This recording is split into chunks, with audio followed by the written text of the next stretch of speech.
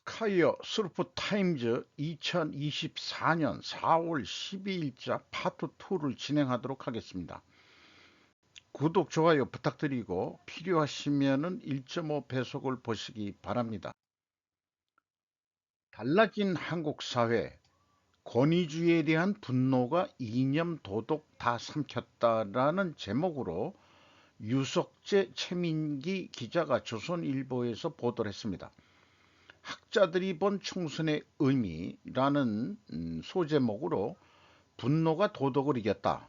야당이 초유의 압승을 거둔 4월 10일 총선의 결과를 본 송호근 한림대 석좌 교수는 11일 본지 통화에서 윤석열 대통령과 정부의 독선적 정치에 대한 분노가 대단히 컸기 때문에 도덕성 논란이 일어난 야당 후보들마저 당선되는 결과가 나왔다는 것.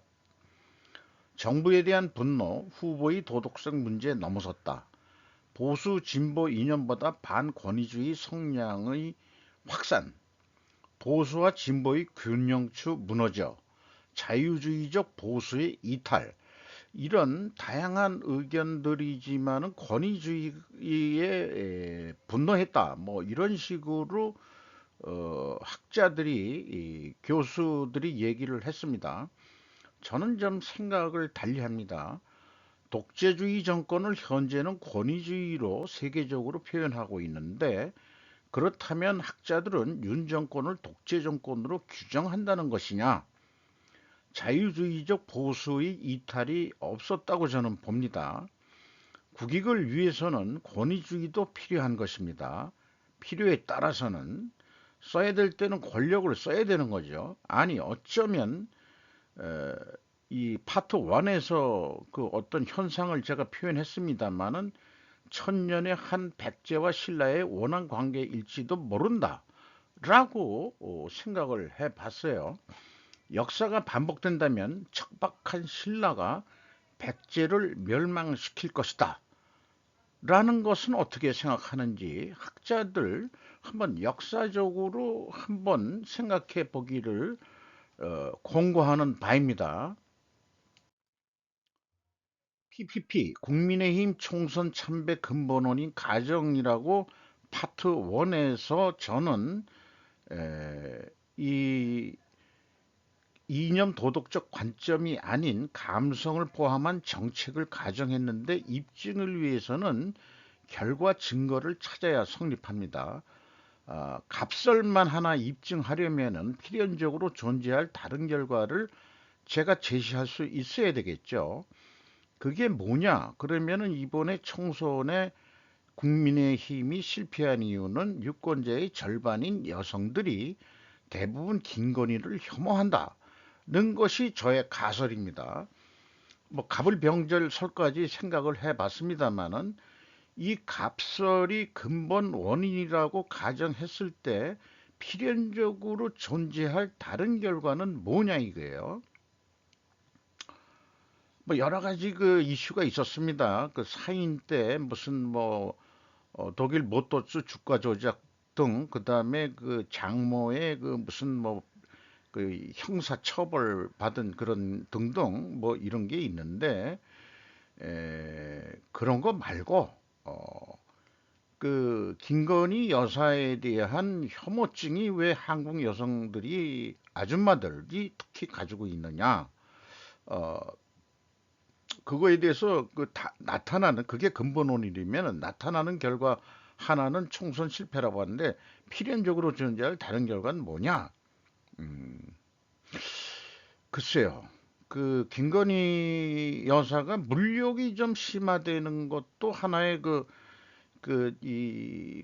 작전에 걸려들었죠. 그 이 간첩 같은 그 이 뭐 북한 왕복한되는 그 목사한테 명품백 받아가지고 뭘 왜 이런 걸 가져오냐, 이런 것 증거도 있지만은 더 결정적인 증거를 저도 한번 찾아서 이번 총선의 패배는 아줌마들이 선택한 거나 마찬가지다라고 저는 그렇게 한번 생각을 해보는 겁니다. 을설에 대한 것도 전개할 수 있겠고요. 병설에 대해서도 전개해 볼 수 있겠고, 음, 그 정설에 대해서도 그 생각해 볼 수 있겠습니다. 여 당선자들 내각 총사퇴, 김건희 특별 특검법 전향적 검토 필요, 김민서 기자가 조선일보에서 아니나 다를까 이런 식으로 보도를 냈는데 12년간 민주당 후보가 당선된 서울 도봉갑에서 승리한 국민의힘 김재섭 당선자는 김건희 특검법에 대해 우리가 전향적인 태도를 보일 필요가 있다고 했답니다. 상당히 그 젊은 친구네요. 이 사람은 그럼 부인인 모양이에요. 김 당선자는 이날 라디오 방송에서 김 여사에 대한 여러 가지 문제가 국정 운영을 하는 데 있어 발목을 잡았고 여전히 국민에게 의문을 갖고 해소해야 한다고 요청하는 상황이라며 이렇게 말했다. 그는 다만 김 여사의 사인 시절에 있었던 일을 갖고 특검법으로 만들 수 있다는 선례를 남길 수 있기 때문에 조심해야 접근해야 한다고 했다. 공인이 됐기 때문에 그 대통령 영부인이라는 게 이제 공인인 건데 예를 들어서 일반 그 개인이 되면은 뭐 특검법을 할 허등의 이유가 없긴 없죠. 그러니까 윤 정권을 죽이려니까는 이런 특검법을 들고 나오는 거겠는데 야당이 그렇게 하는 거에 대해서 그 전향적으로 검토를 해야 된다 이런 의견이 에, 한동훈 그 비대위원장도 그런 견해를 일부 조금 피력을 했었죠. 당선자는 여당이 너무 정부와 대통령실의 종속적인 모습을 보여줬다고 생각한다며 22대 국회에서는 정부와의 건전한 긴장 관계를 통해 정부와 협력하면서 야당과도 협력할 수 있는 독립성과 자주성을 가진 여당이 돼야 한다. 말은 맞는 얘기죠. 그렇게 어떤 그 정부 견제도 그 여당이 좀 필요할 때는 하고 이렇게 돼야 되는데 뭐 나름대로 그 일리 있는 얘기예요. 젊은 초선의원일 거라고 생각을 합니다. 개인적으로 자유주의적 보수 입장에서 윤 대통령의 저는 개인적으로는 그렇습니다. 지금 하던 어떤 목표가 있다면은 에, 그 야당이 그 다수당이 더 많은 다수당이 됐다 하더라도 기존에도 다수당이었기 때문에 힘들었겠지만은 밀고 나갈 것은 강하게 밀고 나가라고 저는 윤 대통령한테 요구하고 싶습니다. 왜냐? 뭐 연임도 아니고 우리는 단임제이기 때문에 권력을 잡았을 때 한번 해보는 거지 언제 한번 해보겠어요. 그게 후회 없는 인생이 되시기를 바랍니다. 윤 대통령은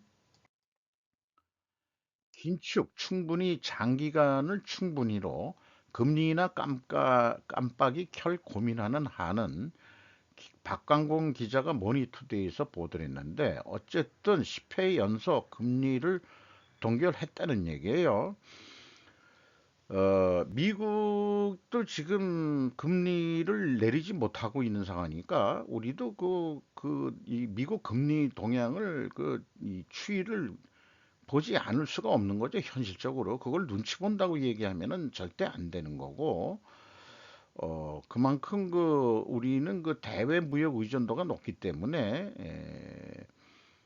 그 영향을 크게 받기 때문에 그렇습니다. 일본은 뭐 자기네들 내수가 어느 정도 있기 때문에 저금리로 그동안에 잘 버텨서 그 대신 디플레이션으로 30년 잃어버린 30년을 했지만 우리는 그렇게 할 수는 없는 거니까. 근데 앞날은 좀 불투명하죠.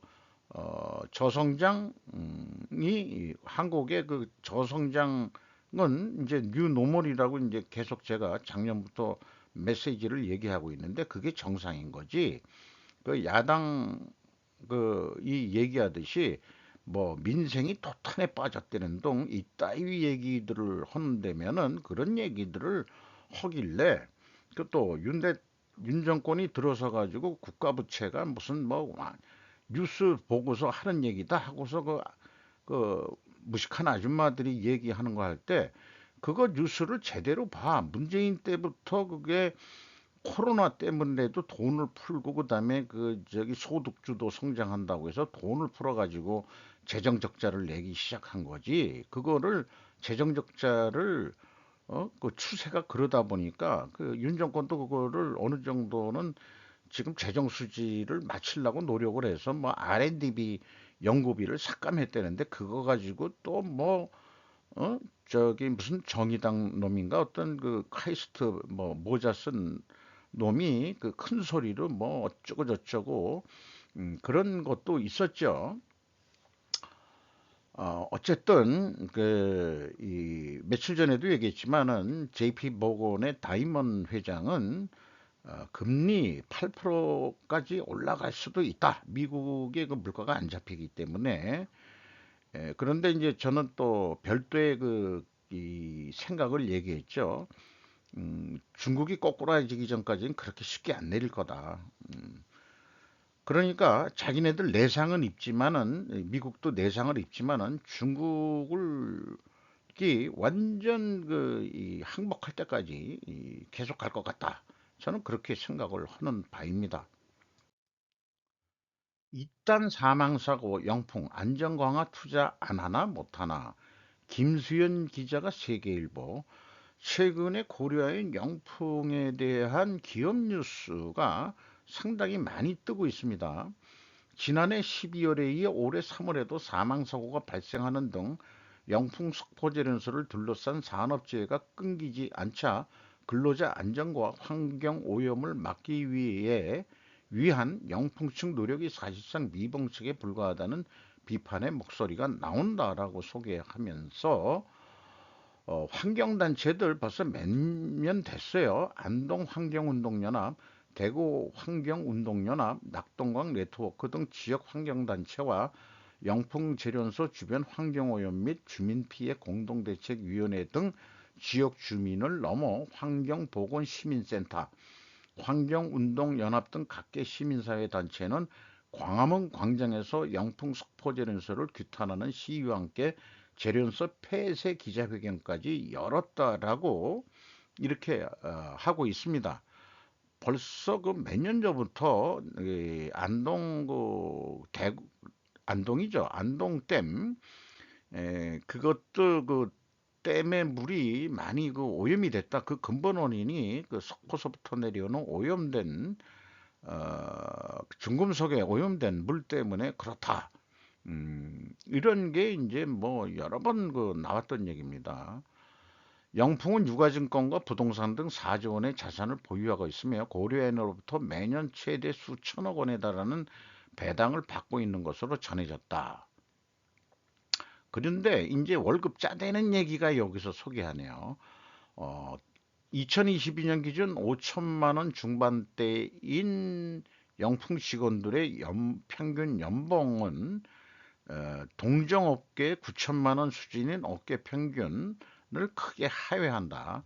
그러니까 고려아연만 하더라도 제가 이미 분석을 했습니다만은 거의 뭐 9천만 원대 이상이죠. 잘하면은 1억 원대도 그 넘는 사람들이 꽤 많은 상황인데 이거는 뭐 중소기업 정도 수준뿐이 월급을 안 주면서 엄청 짠. 근데 이런 이 벽지에서 일하는데 이 정도도 많이 주는 거지. 그렇게 생각을 할지도 모르죠. 그 영풍 경영인들은 그 장씨들이 운영하는 건데 그 이북 사람들이 그렇게 짭니까? 아닌데 코리안도 이북 출신인데 그 월급들을 괜찮게 준다 그러거든요. 제게 뒷얘기라고 또 다른 데서도 뉴스를 내고 있습니다. 고려인 본사 이전과 영풍의 소송 이미 다뤘습니다마는 김수정 기자가 블로터에서 오늘자로 또 보도를 했습니다. 영풍의 이익이 다 어디서 나오겠습니까? 고려인 배당이죠. 배당이 줄어들 수 있는 신사업 투자를 반기지 않겠죠. 라고 그 업계를 잘 알고 있는 사람이 그렇게 이제 얘기했다고 얘기를 전합니다. 영풍은 2024년도 영업 손실을 냈습니다. 단지 영업 외에서 배당금 수익이 있어가지고 흑자로 있지만은 그게 대부분 고려아연의 이익 배당에서 들어오는 게 많다. 이렇게 이제 얘기를 하고 있는 거죠. 어, 그 작년 8월에 그 고순도 니켈 사업 투자, 니켈 재련소 짓는 거하고 제3자 배정 증자를 결정하기 위해 고려아인이 연 이사회에 불참했다. 그런데도 올 3월 주청 이전까지 양사는 갈등을 표출하는 것을 자제했었는데 이번에 자제가 아니고 이제는 이제 그 갈등을 이슈화돼서 이젠 헤어질 결심을 한다 이런 얘기겠습니다. 어, 그 동업에 대한 그 창업주에 대한 얘기를 좀 여기서도 그 얘기를 하고 있고 또 부채들이 아주 낮은 기업들이고 고려인이 3세 경영이 들어지면서 다양한 사업을 추진하면서 좀 견해가 의견이 갈라졌다 이런 얘기죠. 어, 명분이 어떻든 두 가문이 틀어진 것은 맞다. 재계 관계자는 영풍이 현대차 대상 유상증자 무효 소송을 제기한 것을 계기로 고려인 내부에서 같이 갈 수 없다는 얘기가 나온 걸로 안다. 이건 논현동에 있는 영풍 빌딩 전경입니다. 어디서 찍은 건지 모르겠는데 어, 고려 아연이 그 종로 원래 그 종로 그 거기가 연고지였죠. 그쪽으로 그 이 임대 빌딩을 얻어가지고 올해 그 상반기 넘어서 완전히 그 이 건물에서 그 이 나가는 거로 영풍 빌딩 건물에서 나가는 거로 어, 공동 업무 하는 부서들이 이제 쪼개져 가지고 완전히 이제 각자 그 이 경영 운영을 해야 되는 상황으로 이해가 됩니다. 중 서열3위 좌오로지 평양서 김정은 만날 가능성 대북 영향력 과시 이벌찬 기자가 조선일보에서 오늘 보도를 했습니다. 미국과 일본이 기시다 후미오 일본 총리의 방미를 계기로 결속을 다지는 가운데 중국이 5년 만에 최고위급 인사를 북한에 보내 대북 영향력을 과시하고 있다. 중국이 미국에 대한 지렛대로 쓸 수 있는 북한 카드를 최대한 활용하기 위해 본격적으로 움직이고 있는 것이다. 그래가지고 뭐 쭉 했는데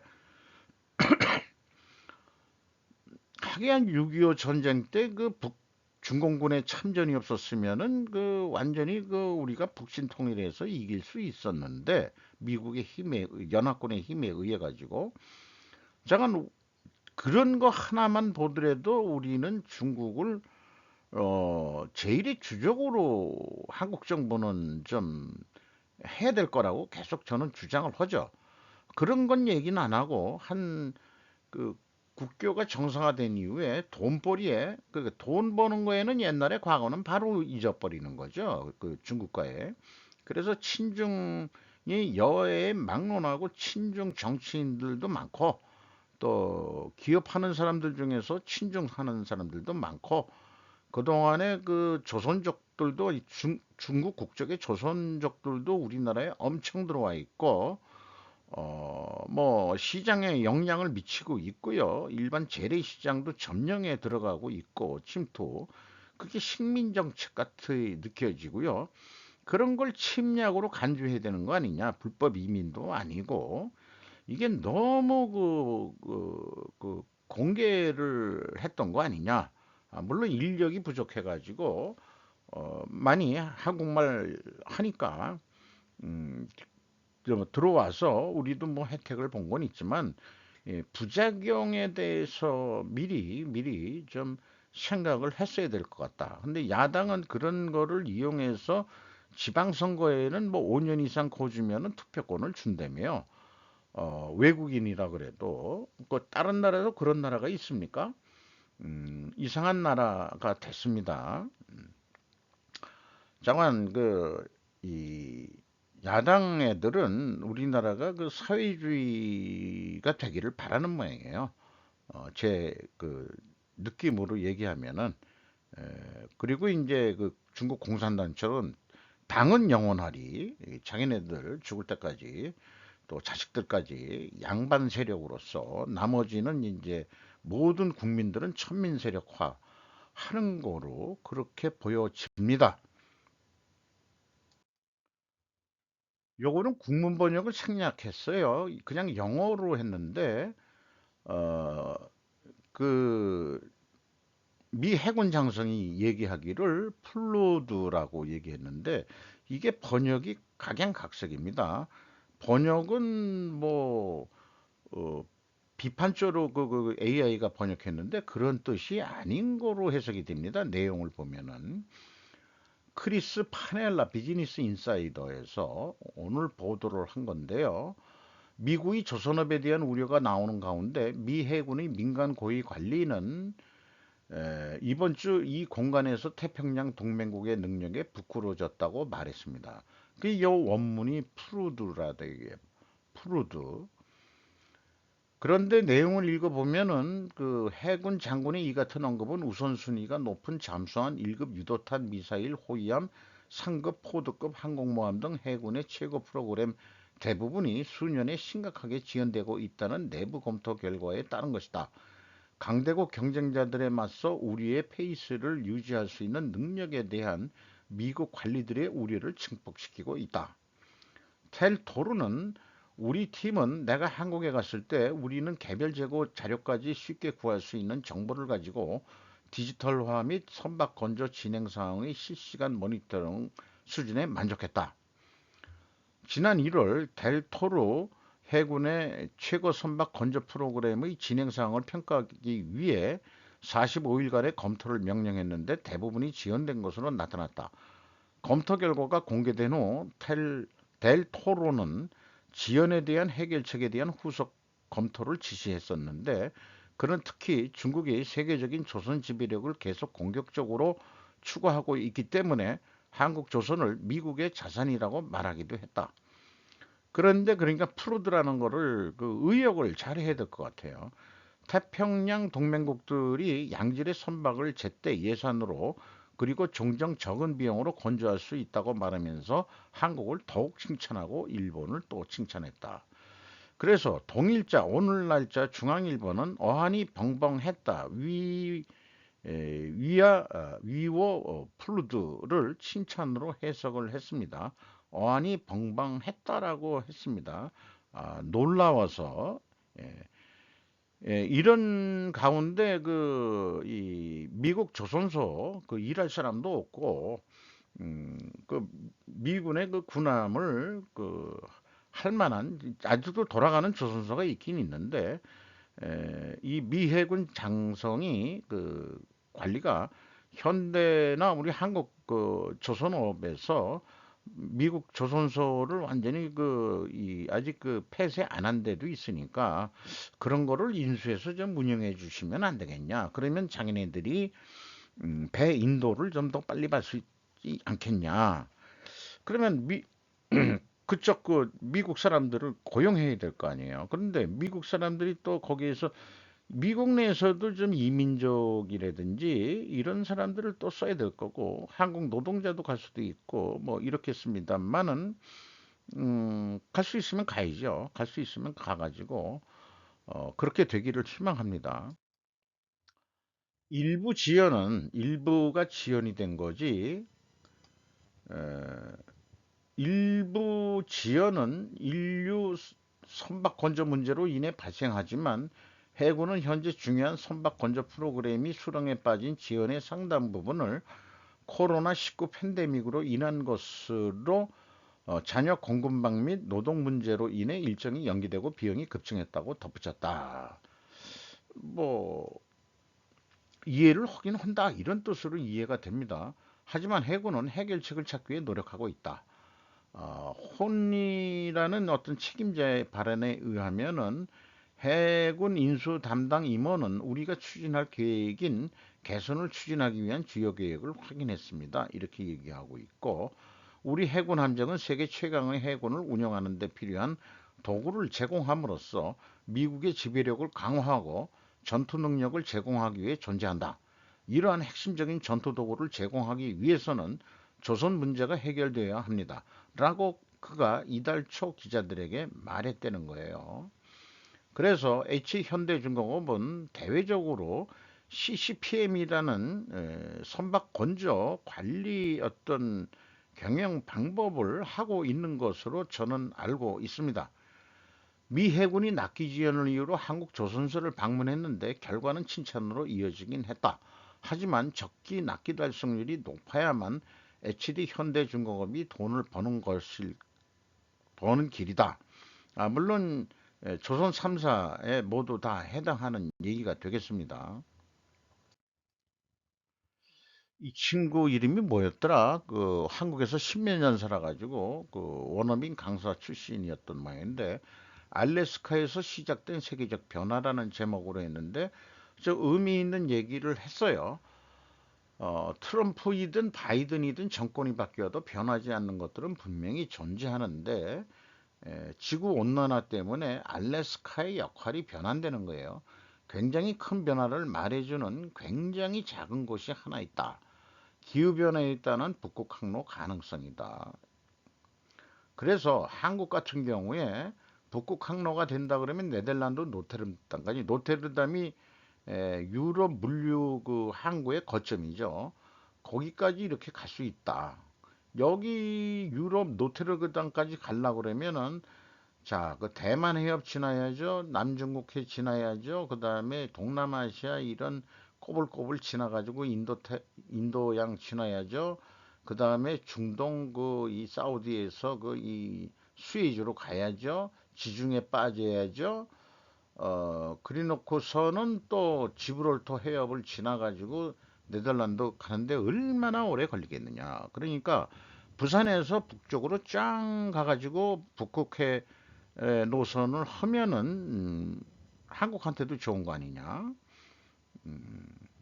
미국 가는 건 더 좋겠죠. 그냥 여기 쭉 북쪽으로 가서 알래스카로 해서 캐나다 쪽 그 해안선을 따라서 쭉 내려가면 끝나는 거죠. 태평양 넓게 건너갈 필요도 없는 거죠. 그러면은 이 부분이 안전해이죠. 베링 해협 관계가 이렇게 생각합니다. 그래서 이 친구 얘기도 그 베링 해협이 향후 분쟁 지역이 될 가능성이 매우 높다. 이렇게 얘기를 하는 것 같습니다. 그래서 베링 해협을 얘기하고 있는데 이 알래스카에서 이 꼬리로 쭉 해서 이 캄차카 반도까지 연결되는 데가 그 알류션 열도라고 해서 이 알자가 들어가는 거, 알류산, 알라스카 뭐 이렇게 들어가는 거 우리나라 아사달, 그 다음에 그 아침 이런 거 동쪽 얘기할 때 지명을 다 의미가 있어요. 옛날 고대로 보면은 다 그 저기 그 동양인들이 살던 곳 아니겠습니까? 그렇게 생각을 하는데 현재 그 놈이라는 그 이 항구가 있는데 요거를 좀 심해 항으로 지금 하자고 7천억 정도 예산으로 잡혀가지고 지금 이제 그 이 대형 성박이 정박할 수 있도록 지금 하고 있다. 그리고 여기에다가 석유 개발도 바이든 정부가 승인했다고 그러죠. 민주당 입장에서 환경을 중시해가지고 환경보호론자들과 마찬가지로 했는데 결국 바이든도 승인했다는 거로 뉴스가 나온 게 있습니다. 그리고 지구 온난화는 어쨌든 무슨 이유든 북극점이 저는 이동에서도 그 지구 온난화가 온다고 믿는 사람 중에 하나인데 현재의 그 온대 지방이 진짜 아열대화돼 가지고 더 더워지면은 사람이 적합하려면 북쪽으로 이제 가야 되니까 분명히 알래스카도 또 시베리아도 그 어떻게 생각하면은 이 내몽고 이런 쪽 옛날에 그 중앙아시아도 아주 뭐라 그럴까요? 그 고대 유적이나 이런 걸 보면은 농업도 했었고 물도 많이 흘렀었고 그렇다는 거. 돌이라든지 이런 걸 보면은 그 이 사막인데도 동그란 자갈들이 쫙 있고 그러거든요. 그러니까 기후 변화 옛날에도 기후 변화가 있었다. 그게 이제 그 성경 속에서 나오는 대홍수 이후로 말라지고 뭐 이런 거 잠깐 어떻든 기후 변화가 옛날에도 있었지. 지금 CO2 가스 때문에 기후 변화는 영향은 있겠지만은 뭔가 그 지구 변화가 한 한 2만 년 주기로 변하는 것 같다. 저는 그 생각을 자꾸 하게 돼요. 그러면은 지금 지금 그 더 북쪽으로 그렇게 그래 우리나라 수도도 더 북쪽으로 올라가야 되지 않겠냐. 그런 생각도 하게 되고 어쨌든 좀 북쪽이 따뜻해지고 시베리아도 녹음이 짙은 이런 데로 변할지 어떻게 알겠습니까? 북극이 에, 좀 옮겨지는 것 같아요. 어디든 확실치 않지만은 그렇게 생각이 됩니다. 그래서 윤 정부에서는 R&D 예산 삭감을 해서 북극 연구도 중단시킨다 이렇게 돼 있는데 가시적인 효과 없이 이런 거를 계속하는 게 의미가 있겠냐? 정부 재무 부채 그 부채가 많고 이런 입장에서 근데 이제 외국에서는 이제 많이 투자를 하고 있는데 요런 그 북극이라든지 남극이라든지 이제 이런 쪽의 그 투자는 그래도 한국에 계속 유지해야 되지 않겠냐 하는 그 친구 이름이 타일러였죠. 대머리 까진 친구가 그래서 그 전개하는 그 이 논리가 괜찮습니다. 큰 그림을 보고 그리고 변화는 작은 곳에서 시작한다. 이렇게 하는데 마치 제약 이론을 알고 있는 듯이 이렇게 그 소개를 하고 있어요.